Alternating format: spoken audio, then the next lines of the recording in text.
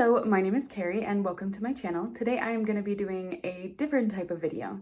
Since August is the month of the Sally Challenge, I wanted to highlight some poetry collections in different ways. So in today's video, I had a challenge that I set for some friends of mine where I gave them access to my to be read poetry shelf, told them to go through and select 2 to 3 covers that they found the coolest. I then had one of those friends go through and select the 10 best images in their opinion and put them into a Word document where I just have access to the covers and I have to guess what are these collections about based on their covers. So we have 10 poetry collections from a shelf of I think over 400 poetry collections. Now that shelf does not include only books that I own. These are just collections in general that I'm interested in reading from. So this could have been any poetry collection that I put on this shelf in the past 10 years. I'm a little nervous about that because there are so many poetry collections that I don't think I remember that well or remember why they interested me.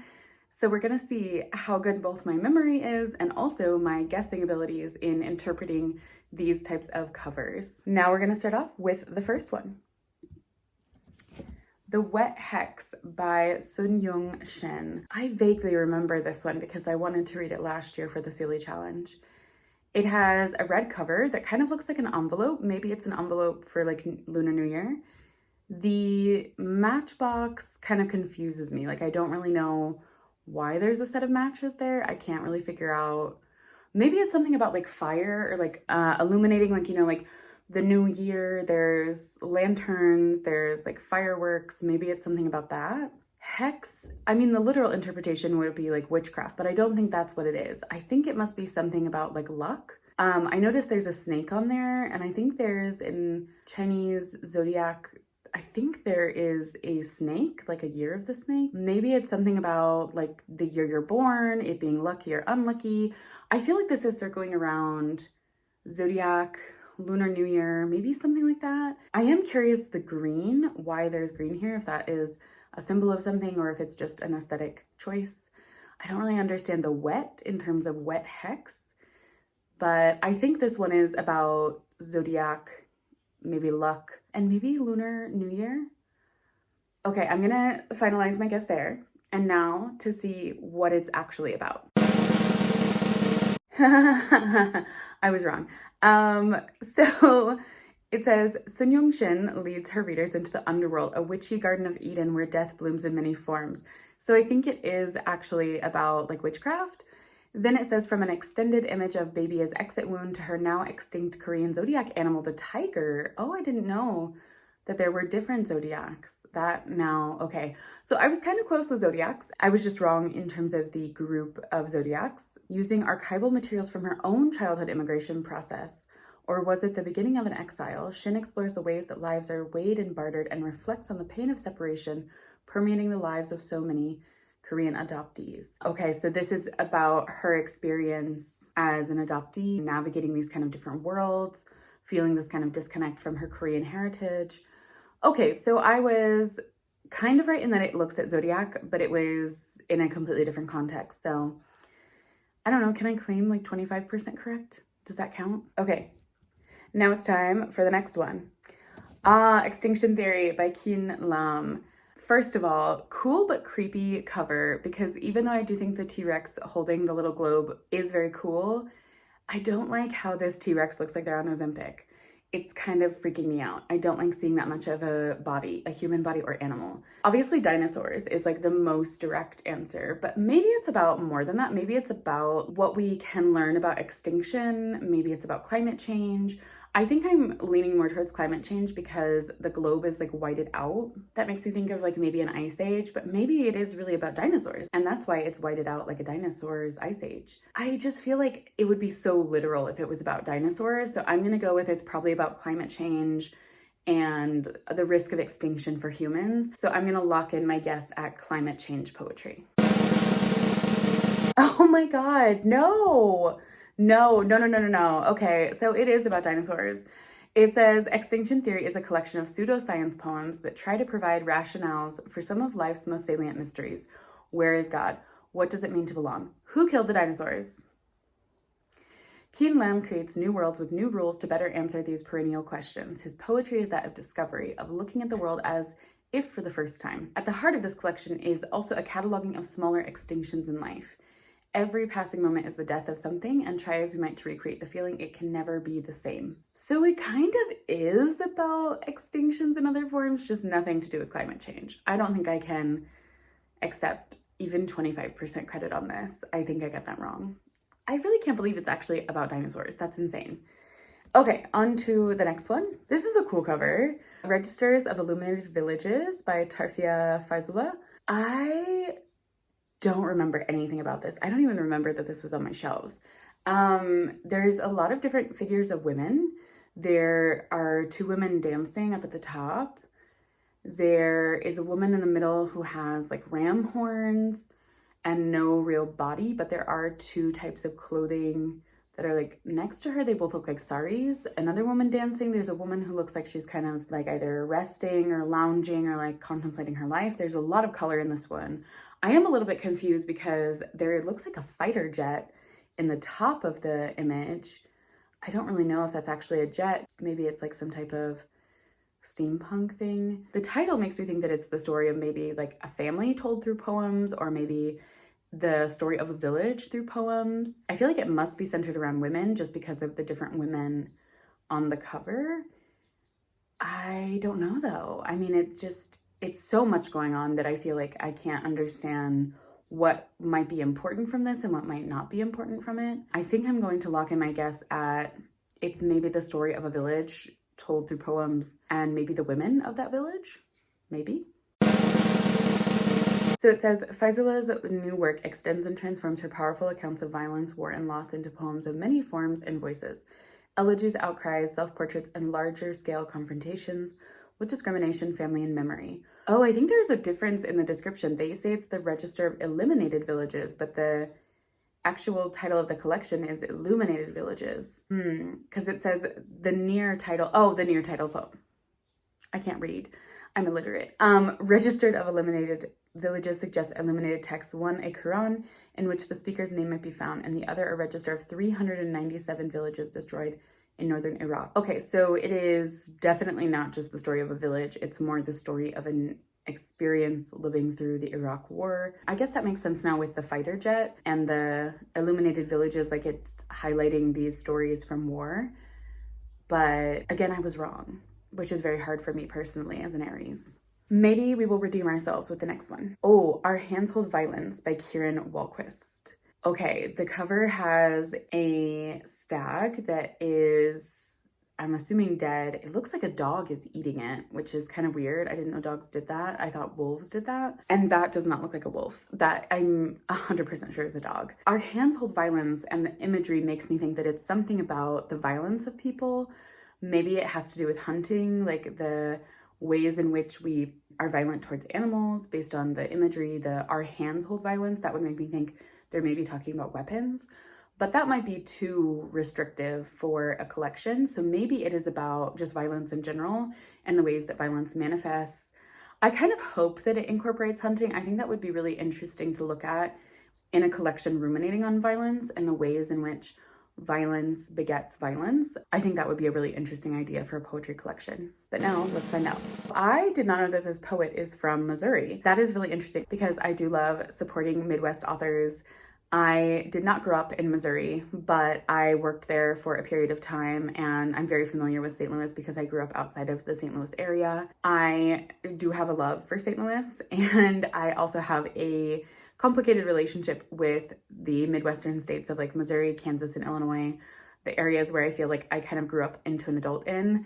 So yeah, okay, anyway, maybe this is one I need to check out even more so. But first I should probably actually remember what it's about. The synopsis says, through encounters with the everyday beauty and brutality, so much a part of rural and urban Missouri, Our Hands Hold Violence explores what it means to experience and or perpetuate small and significant acts of violence towards others and the self.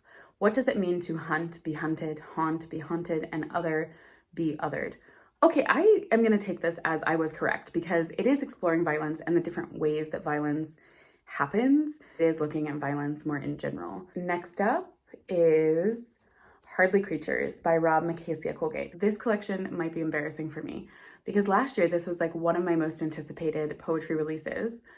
I forgot to read the arc in time, and then when I went back to the US and requested it from my library, there was like a delay because it was a part of a university collection and the university basically didn't want to distribute it. So this has been a curse upon my name. So let's work on this together, because if I can't remember what this is about, it's gonna be so embarrassing. So there's a face on the front and there's a lizard. I don't know what that means. The face looks like a sculpture. The sculpted face is making me question some things, because I want to say that this was a collection that was about art museums and something about accessibility within art museums. I believe the author is differently abled, but I don't know if that's actually true. I don't know if I've confused this with another collection that I'm thinking of, but I really think that might be it. I think that's why there's the face on the cover, because it's like a sculpture that's being deconstructed, kind of like a museum being deconstructed. I'm gonna end my guessing there, and I'm really gonna hope that I was correct about this, because if I was wrong, I feel like I don't deserve to actually read this collection over the summer on my second attempt to get it from the library. Okay, we're gonna look. Yes! Okay, so brilliant and innovative Rob Macaisa Colgate's debut poetry collection, Herdly Creatures, takes the form, visually and metaphorically, of an accessible art museum. Yes. Through 9 sections that act as gallery rooms, the book shepherds the reader through the radiance and mess of the disability community. I really think that I nailed this. I am so glad that I actually remembered what this was about, because I literally just put another hold request with my library in the States for this, in anticipation that it might take over a month for them to distribute it.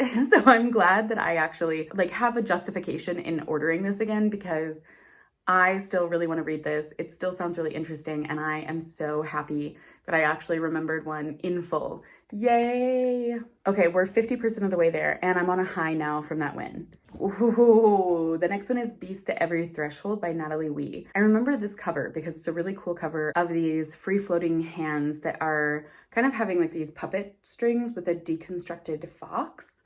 I don't know why I'm trying to recreate it with my hands. You'll be able to see it over here. I don't remember if this is the one that is looking at animals and like the animalistic nature of people, or if it's something else. Because I think like this cover would make me think that this is exploring something about the way that either animals like respond to people, or the way that people like control their animalistic urges, and it's all kind of a puppet show, you know, something like that. I feel like it maybe could be about folklore or something too, because maybe it's like a story of a fox that is being controlled by someone, but I don't know like what folklore it would be. I don't know even if like that is the thing in folklore, maybe. So based on the title and the cover imagery, I think it's about something with the animalistic nature of people. An unflinching shapeshifter, Beast at Every Threshold dances between familial hauntings and cultural histories, intimate hungers and broader griefs. Memories become malleable, pop culture provides a backdrop to a glittery queer love, and folklore speaks back as a radical tool of survival. I think the only thing I got right was that random guess in the dark of folklore, because none of this sounds like anything else I had guessed. I am a little confused by the ending of that. The "in resurrecting the self rendered a site of violence makes visible the beast at every threshold." The way this is talked about in the description kind of makes me think that the language is going to be confusing in this collection. I don't know for sure. Obviously, I've never read this, but the description is kind of confusing me a little bit. Good to know though. I feel like as I'm moving through these, I'm learning more about these collections and maybe why they ended up on my shelf, or maybe why I haven't actually read them in like this grand scheme of time of how long they've been on my shelf. Okay, on to the next one. Gumbo Yaya, Aurielle Marie. I am most curious about the bottom half of the book has these like black and white pieces, and I can't tell if they are like a material, like a brick or something, or if they are forming an image, or if they are images, because some of them kind of look like they could be photographs, maybe. The title and the author's name makes me think that this is maybe an author from Louisiana and that it's looking at Creole Cajun culture because of Gumbo. I know there's a nonfiction work that's called Gumbo Yaya as well that is about Louisiana. So that makes me think that this is probably something to do with Louisiana, or again, like Cajun culture. I am confused about the woman on the cover and the snake that's wrapped around her. A part of me wonders if this is maybe looking at the kind of fetishization and over-sexualization of maybe like Louisiana culture, Black women in Louisiana, and maybe just Black women in general, in terms of like the hypersexualization and exotification of their bodies. That is one area that I think I would go in, but the snake makes me think that maybe it's looking at this in the realm of hoodoo, which is a spiritual practice in this area. I am just not sure. I think there's a lot of ways that this collection could explore different things, but what I feel the most confident in is that I think this is definitely something about Louisiana Cajun Creole culture, and I think that it definitely has something to do with looking at women, because I don't think that this woman would be featured on the cover if it wasn't something about women that was being explored in the collection, because she seems very posed. It seems like there is something that they're very specifically trying to convey to the audience about this woman. So now time to find out, was that correct? I'm confused. So it says, Aurielle Marie's stunning debut is a cauldron of hearty poems exploring race, gender, desire, and violence in the lives of Black girls, soaring against the backdrop of a contemporary South. These poems are loud, risky, and unapologetically rooted in the glory of Black girlhood. And then it talks a little bit about poems. I am really confused. I'm gonna see where the author is from, because no, she's from Georgia. I'm really confused by the title, because that doesn't seem to have anything to do with the actual collection. I don't know, that just is kind of weird to me, because I don't really understand why it is referencing something from a very specific subculture within the US if it's not actually exploring things related to that subculture. I guess I was partially right in that it's looking at women, and so the woman on the front definitely plays an important role in distinguishing, like, yes, this collection is about women, but I don't know that the cover really matches this collection for me. Interesting. We only have a few left, and the next one is The Kingdom of Surfaces by Sally Wen Mao. I have read from this poet before, and I remember her collection being weird because it was Mad Honey Symposium, which was literally about mad honey that is produced from bees. It was very scientific, it was really weird, it was interesting, and I think that this one is probably going to be equally as weird. The Kingdom of Surfaces makes me think, because there is a China figure on the front where it's got traditional stylistic drawings, I'm tempted to say that this is going to be something about China itself, the actual dishes, and maybe how they fueled a kingdom, maybe how people created certain things that represented the kingdom and like sold and distributed these things. I feel like it has to be looking at items instead of people, because the image is about a specific item. It's about something that was sold, but the China is on a person. So maybe it's about the person or the people that were producing these things and distributing them. I don't know that I would fully buy into that though, because again, I remember her last collection was more experimental, more looking at things that you wouldn't expect to be the focus of a poetry collection. So I'm gonna go with it's looking at the dishware and examining that in the broader scope of how these pieces maybe like fueled the kingdom. I was technically partially right here. In The Kingdom of Surfaces, award-winning poet Sally Wen Mao examines art and history, especially the provenance of objects such as porcelain, silk, and pearls, to frame an important conversation on beauty, empire, commodification, and violence. These poems also explore the permeability of object and subject through the history of Chinese women in America, labor practices around the silk loom, and the ongoing violence against Asian people during the COVID-19 pandemic. Okay, so part of this is looking at objects. It's looking at the items sold in an empire, but it seems like there's also a large part of it that is looking at women and the kind of gendered violence related to labor and the role of women in Chinese society maybe, and also like Chinese women in America. So I'm giving myself half credit for this one. She still did go in a little bit of a weird direction, but this sounds really interesting. I feel like Sally Wen Mao has the potential for me to be a favorite poet. I just need to read more of her works. The next one is they did not know. I am planning to buy this summer while I'm home in the US. A Body More Tolerable by Jaye Simpson. This is one I confidently know what it is about, because this is one of the few books that I am planning to buy when I'm in the US this summer. Even though the cover is about these two wolves that are like biting into each other, this would make me think that it is about violence. But this collection is a little bit different than that. It is part exploration of folklore and beliefs, and also this kind of uncovering of this journey of the poet, their experience as a queer, trans, indigenous person. I believe that this is incorporating like traditional beliefs from their indigenous community and then also exploring these concepts of gender through these poems as well. I feel incredibly confident about this because I do know I was literally reading about this the other day. A Body More Tolerable is a collection of powerful and haunting poems full of mythos, fairy tales, illusion, and magic.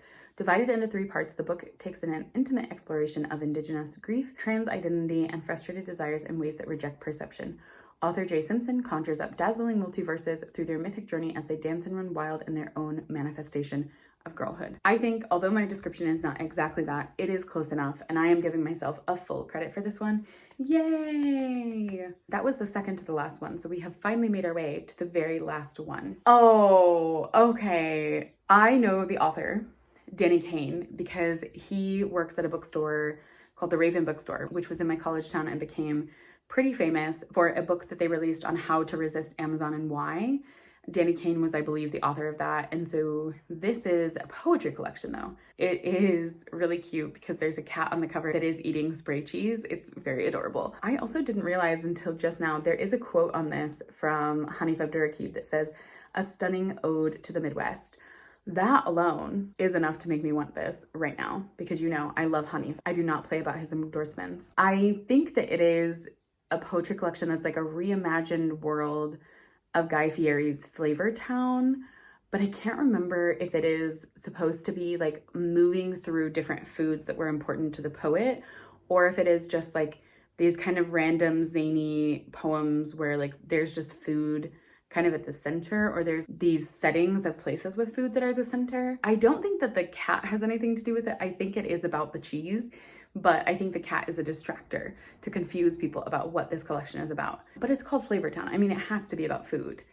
And that would really track for why I would add it to my shelves, because I know the author, and also I love books and poetry collections that do examine food because I think that it's such an interesting thing to hear different people's opinions on. Therefore, I'm gonna lock in my guess at it is a collection looking at this kind of fictional Flavortown that the poet has constructed. I'm assuming based on Guy Fieri's Flavortown, and maybe is examining different food that is really well known or really central to the Midwest, because Hanif Abdurraqib mentions that it's a stunning ode to the Midwest. Yeah, let's go with that. So it says, at Flavortown's core is a sequence of poems that imagines a place called, well, Flavortown, an American culinary dystopia where Guy Fieri is a patron saint. Hell yeah, brother.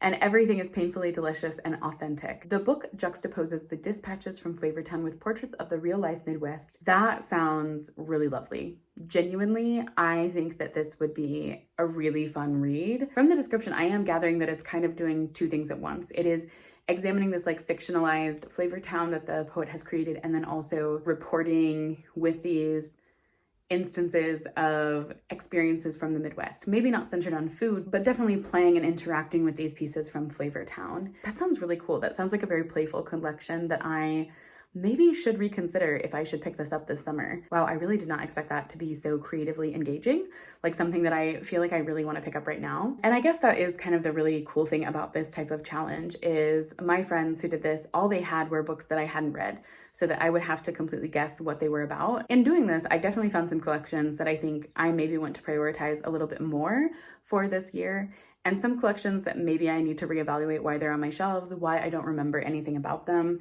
I am really happy with the ones that they chose because I think that not only did these have such cool covers, but also some of them I found that the covers really misled me. I definitely realized through this that I cannot always trust a cover to explain to me what a story is about. Obviously, we know this with books, but I feel like with poetry collections, I guess I assume that the way that covers are picked are so much more intentional for poetry collections, and maybe that is the case for some of them, and maybe it's not the case for others, because some of these covers I maybe thought a little more too metaphorically about, and they were very literally the exact thing that was on the cover, or maybe for some of them I confused different elements with different cultures or different beliefs that I thought maybe certain things represented. So I had a lot of fun with this, and I hope that you also had fun watching this. I would love to know if you have read any of these collections here, or if you would want to read any of them after watching this video, or if there's a collection that you think has a really cool cover. I would love to hear about it down below in the comments as well, because I'm always looking for new poetry. I love reading all different types of poetry, different types of poets. So please let me know what your favorites are down below. Thank you so much for watching, and until next time, happy reading. Bye.